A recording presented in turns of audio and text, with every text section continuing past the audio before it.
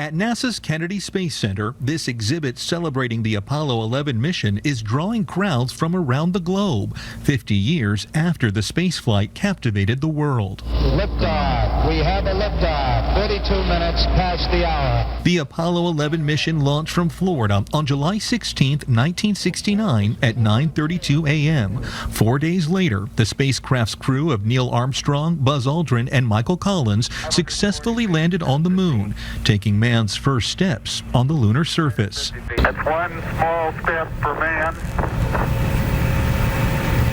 one giant leap for mankind. I think the most rewarding part of Apollo 11 was having it to be the major event in my life, which changed my life entirely. From launch to return, the Apollo 11 mission lasted 8 days. But before the flight to space could even happen, scientists and engineers here on Earth had to figure out how to pull off the impossible. That rocket has Explorer 1 on the top of it. John Cassani was part of the team charged with designing rockets capable of getting a spacecraft to the moon. After the mission's success, he says the so-called Apollo effect led to a surge of interest in engineering and space. And that's the thing that really enabled the whole space exploration program to move forward after that. The fact that we had to fill the pipeline with the kind of talent and people, the interest in what was required. That one small step for man, paving the way for decades of new missions to the final frontier. Chris Martinez, CBS News, Kennedy Space Center. Just a brief look at all of that. Our professor with us this morning, Robert Odell from Vanderbilt. It was interesting as you see the video of the moon when they approached it and Neil Armstrong was going to set foot on the moon. How confident? Okay, obviously once the module landed, you knew it was solid, but I always looked at it and thought, well, what if he steps on there and just sinks into the sand? Or what? Did you really know what the surface of the moon was going to be like? No. Okay. There had been landers before that sent back information. Yeah. But there was still an uncertainty if it would be like landing in fluff. Yeah. And indeed, before those first unmanned landers, it was thought that the surface of the moon would be so soft that you'd just sink into the dust. And the instruments would be essentially down a well. Right. That was dismissed.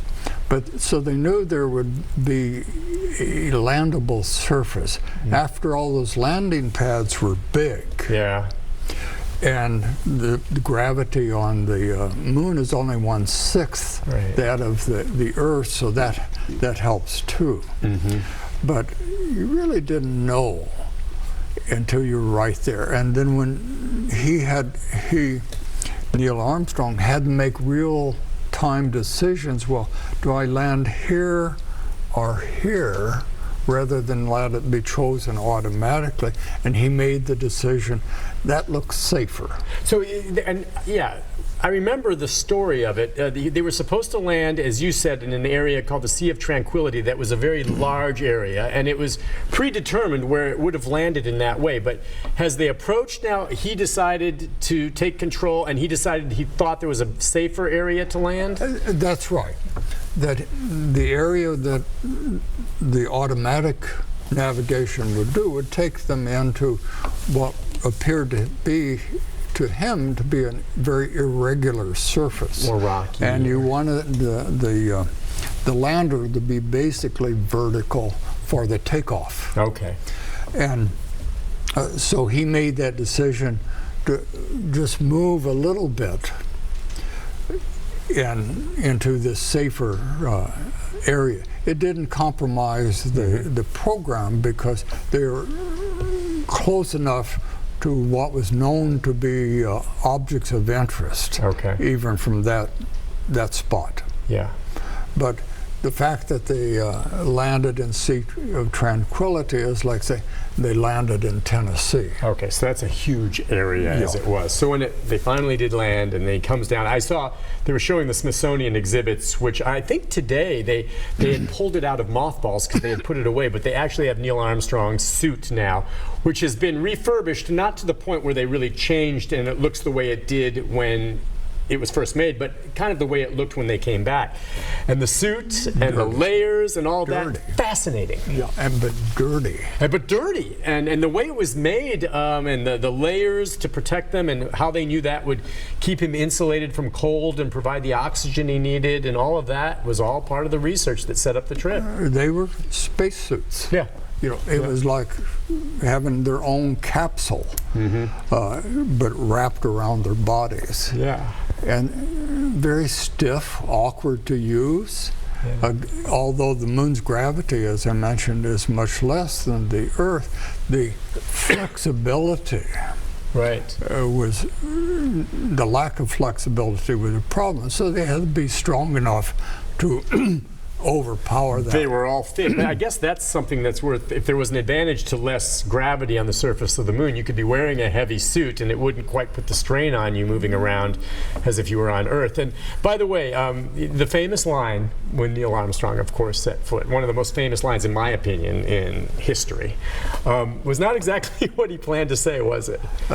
It was clear it was left excuse me, it was left up to him. And he put some thought into it, I'm sure. And he basically blew his line. Still a good line. Where his intent was, clearly his intent was this is a small step for a man, a great leap for mankind.